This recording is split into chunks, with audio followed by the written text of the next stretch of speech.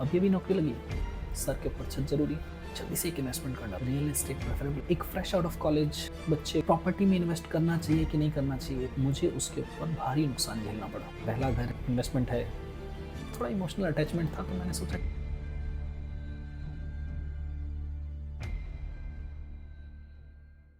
अब ये भी नौकरी लगी है, जल्दी से एक इन्वेस्टमेंट कर डालो, रियल एस्टेट प्रेफरेबल। शादी भी तो करनी है, सर के ऊपर छत जरूरी है।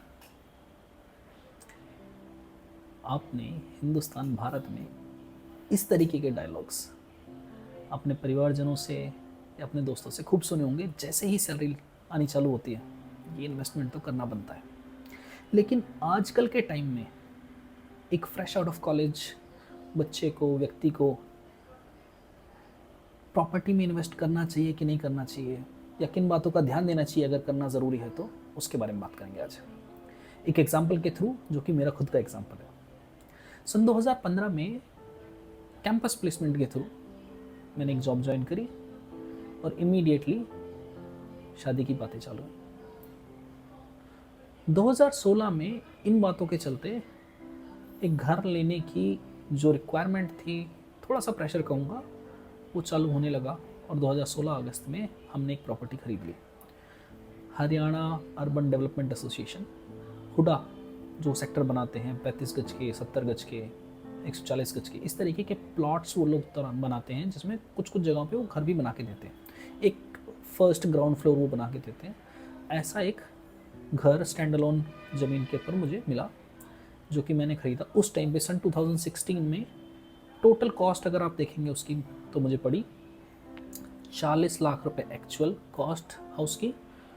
उसका रजिस्ट्रेशन कॉस्ट अगर आप देखेंगे तो करीब करीब 2 से 2.5 लाख रुपए और 80-1 हज़ार रुपये का ब्रोकरेज। तो टोटल मतलब 43-43.5 लाख के लमसम में मुझे वो प्रॉपर्टी पड़ गई। सब कुछ ठीक जा रहा था, लेकिन सन 2024 में जब मैंने वो प्रॉपर्टी बेची, मुझे उसके ऊपर भारी नुकसान झेलना पड़ा। उसका एक्चुअल प्राइस जो मुझे मिला वो मात्र 41 लाख रुपए मिला। इतना बड़ा नुकसान क्यों? इतनी जल्दबाजी क्या थी प्रॉपर्टी बेचने की? एक्चुअल में क्या हुआ जिसकी वजह से मुझे इतना बड़ा नुकसान झेलना पड़ा, उसके बारे में जानते हैं। सन 2019 में अचानक मानसून में वहाँ पानी भरने लगा। पहले 3-4 साल जब मैं वहाँ रह रहा था कभी पानी नहीं भरा, लेकिन 2019 में पानी भरने लगा। 1.5 फुट 2 फुट पानी भर 2 फुट पानी भरने लगा।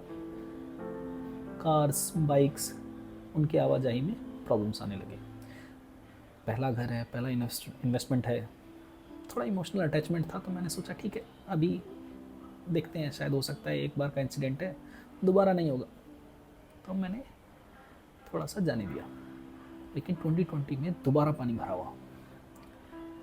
थोड़ा सा मैंने घर वालों को समझाया कि इन्वेस्टमेंट ऐसी अच्छी है, शादी हुई है यहाँ पे, इसको खाली नहीं करते हैं। लेकिन जब 2021 में दोबारा वहाँ पानी भरा उसी लेवल का, तो वहाँ पे क्वालिटी ऑफ लाइफ को देखते हुए मुझे उस घर को बेचना पड़ा। क्वालिटी लाइफ मुझे नहीं मिल रही थी, बीमारियों का खतरा बढ़ता जा रहा था, सीपेज की वजह से दीवारें ख़राब होने लग गई थी, पानी भरने लगा था अंदर, तो उसकी वजह से मुझे दिखाई दे गया था कि उसके ऊपर, उस घर के ऊपर खर्चा बहुत बढ़ने लगा था इन फ्यूचर। अब लेकिन उस प्रॉपर्टी को जब मैं 2021 में बेचने के लिए जाने लगा, तो जो भी प्रोस्पेक्ट हो सकते हैं उस घर को खरीदने के लिए, उनको भी ये इन्फॉर्मेशन थी कि यहाँ पानी भर रहा है इस एरिया में। तो ऑब्वियसली बात है, वो उस प्राइस को देने के लिए तैयार नहीं थे जो मैं एक्सपेक्ट कर रहा था कि भाई 2016 में मैंने प्रॉपर्टी खरीदी है तो एक अच्छा प्राइस मिलना चाहिए मुझे। ऑब्वियसली बात है कि वो नहीं मिलेगा मुझे। लेकिन अचंभा ये था कि मुझे कोई ख़रीदार ही नहीं मिला। प्राइस तो छोड़ो, मुझे ख़रीदार ही नहीं मिला 3 साल तक, और 2024 तक मुझे वेट करना पड़ा उस प्रॉपर्टी को बेचने के लिए। और जब मैंने वो प्रॉपर्टी बेची 2024 आते आते, तो जैसे मैंने बताया 41 लाख रुपए में मुझे वो प्रॉपर्टी बेचनी पड़ी। अगर आप एक फ्यूचर वैल्यू के हिसाब से देखें, 2016 में 43 लाख रुपए पे अगर आप मोटा मोटा एक 6% का भी एप्रिसिएशन मान लो साल दर साल, तो 63 से 65 लाख रुपए तक का मुझे वो घर बिकना चाहिए था, मुझे मिलने चाहिए थे। तो उस हिसाब से अगर आप देखेंगे तो 22 से 25 लाख रुपए का मुझे नेट घाटा इस सेल परचेज पे हुआ।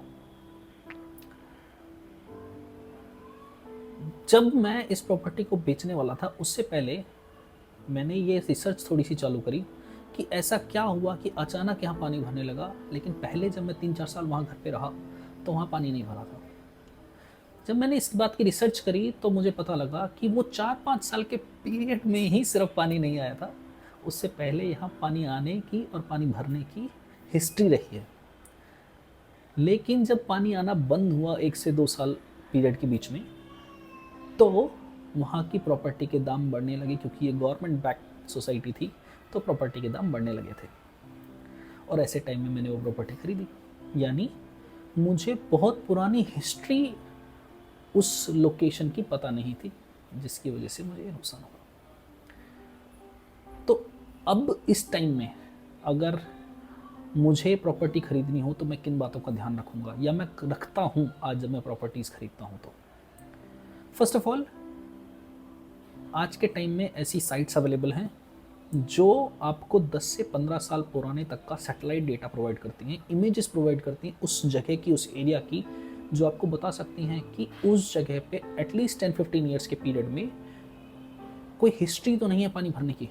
उन इमेजेस को एनालाइज करके आप समझ सकते हैं। थोड़ा खर्चा लगेगा, इन्वेस्टमेंट है थोड़ा सा, लेकिन आप एक बड़े नुकसान से बच सकते हैं एक लॉन्ग टर्म में। तो ये इन्वेस्टमेंट मैं समझूंगा ज़रूर करना चाहिए व्यक्तियों को जो भी एक घर खरीदना चाहते हैं, चाहे वो फ्रेशली एम्प्लॉयड हैं कि नहीं है, लेकिन ये एक अच्छा इन्वेस्टमेंट होगा।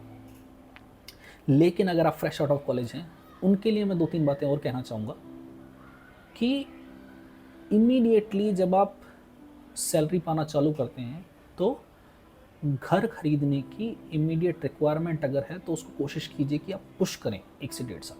उसका रीज़न क्या है?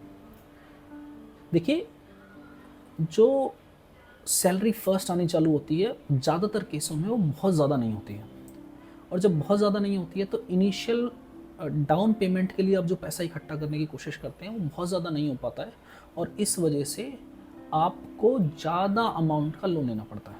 तो अगर आप 1-1.5 साल रुकेंगे तो आप बहुत एक अच्छा डाउन पेमेंट कर पाएंगे, उस वजह से आपका लोन अमाउंट कम हो जाएगा।